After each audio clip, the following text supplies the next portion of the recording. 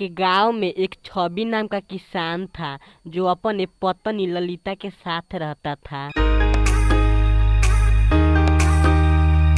छवि एक किसान होने के कारण खेती बाड़ी करता था और अपने फसल को काट कर बाजार में व्यापारी से बेच देता था। छवि की पत्नी एक लालची औरत थी जो इतना रुपया होने के बाद भी हमेशा ही लोभ में पड़ी रहती थी। देखिए जी, इतना कम रुपया से क्या होगा, हम तो अमीर बनना चाहते हैं। अब मैं चाहती हूँ कि आप खेती बाड़ी छोड़कर गांव में कुछ काम करिए ताकि हम अधिक रुपया कमा के अमीर बन सके।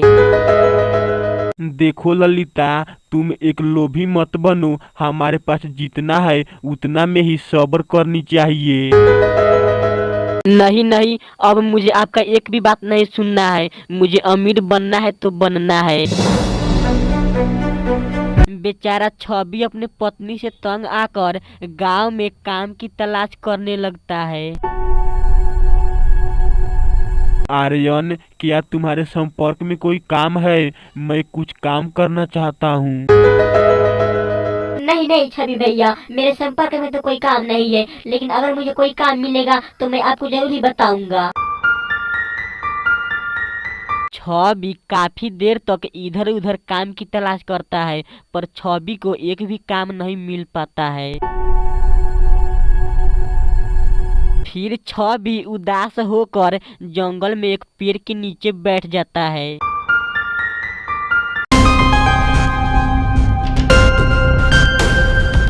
ओहो मेरे किसान भैया, तुम इस जंगल में इतने उदास होकर क्यों बैठे हो? मैं एक राजेश नाम की जादुई चिड़िया हूँ। तुम मुझे बताओ, मैं तुम्हारे कठिनाई दूर करूँगा। जदुई चिड़िया, मैं एक बहुत ही गरीब किसान हूँ और मैं कुछ काम करके अमीर बनना चाहता हूँ। तो घबराओ मत किसान भैया, मैं तुझे अब एक जादुई छुरा दे रहा हूँ। तुम इन जादुई छुरा की सहायता से घंटों के काम मिनटों में कर सकते हो, पर ध्यान रखना इन छुरा का कभी दुरुपयोग मत करना, नहीं तो एक छुरा अपने आप नष्ट हो जाएगा।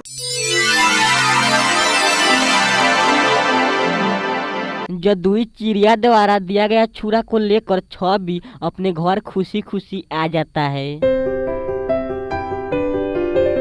फिर छवि अपने पत्नी को जदुई छुरा के बारे में सब कुछ बताने लगते हैं। क्या जी, ये सचमुच ही जदुई छुरा है? मुझे तो विश्वास ही नहीं हो रहा है। नहीं ललिता, ये सचमुच ही जदुई छुरा होगा। मैं अभी इनसे कुछ मांग कर देख रहा हूँ। जदुई छुरा, मेरे लिए एक प्लेट खाना ले आओ।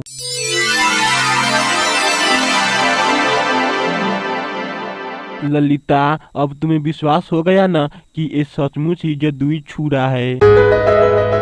हाँ जी, मुझे विश्वास हो गया कि ये सचमुच ही जदुई छुरा है। अब कल हम दोनों खेत में चलकर इन जदुई छुरा से खेती करेंगे।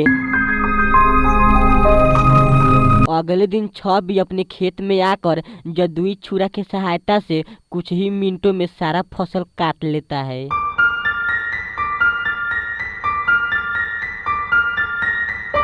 हाँ ललिता, तुम सही कह रही हो। आज ही चल कर जदुई छुरा की सहायता से अपना खेत भी जोत लेते हैं।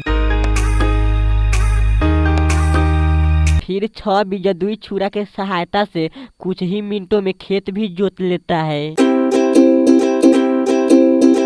अब ललिता धीरे धीरे लालची बन जाती है और जदुई छुरा का दुरुपयोग करने के लिए ठान लेती है। नहीं ललिता, हमें जदुई छुरा का दुरुपयोग नहीं करना होगा, नहीं तो ये अपने आप नष्ट हो जाएगा। ऐसा बात राजेश नाम के जदुई चिड़िया ने ही कहा है। नहीं जी, अब मुझे कुछ नहीं सुनना है। बस मुझे अमीर बनने के लिए आपको परवीन नाम के व्यापारी को मारना ही होगा। बेचारा छवि अपने पत्नी की बात से लाचार होकर परवीन नाम के व्यापारी को मारने के लिए आ जाता है। जदुई छुरा, तुम इसी समय इस व्यापारी को मार दो। अरे मैंने तुम्हारा क्या बिगाड़ा था ये तुमने मुझे मार दिया? छवि जदुई छुरा के सहायता से परवीन नाम के व्यापारी को मार देता है और फिर सारा अनाज अपने घर ले आता है। हे जदुई छुरा, अब मैं चाहती हूँ कि तुम इन सारे अनाज को घर के एक कोना में इकट्ठा कर दो। देखिए जी, ये छुरा कहाँ चला गया, मुझे तो कुछ भी समझ में नहीं आ रहा है। देखो ललिता, मैंने तुम्हें कहा था कि जदुई छुरा का दुरुपयोग मत करो, नहीं तो ये अपने आप नष्ट हो जाएगा, लेकिन तुमने मेरा बात नहीं माना। लेकिन मैं फिर से ही जदुई चिड़िया के पास जा रहा हूँ, हो सकता है वो फिर से ही लौटा दे। किसान भैया, मैंने तुम्हें कहा था कि तुम कभी भी जदुई छुरा का दुरुपयोग मत करना, नहीं तो ये अपने आप नष्ट हो जाएगा, लेकिन तुमने मेरा बात नहीं माना।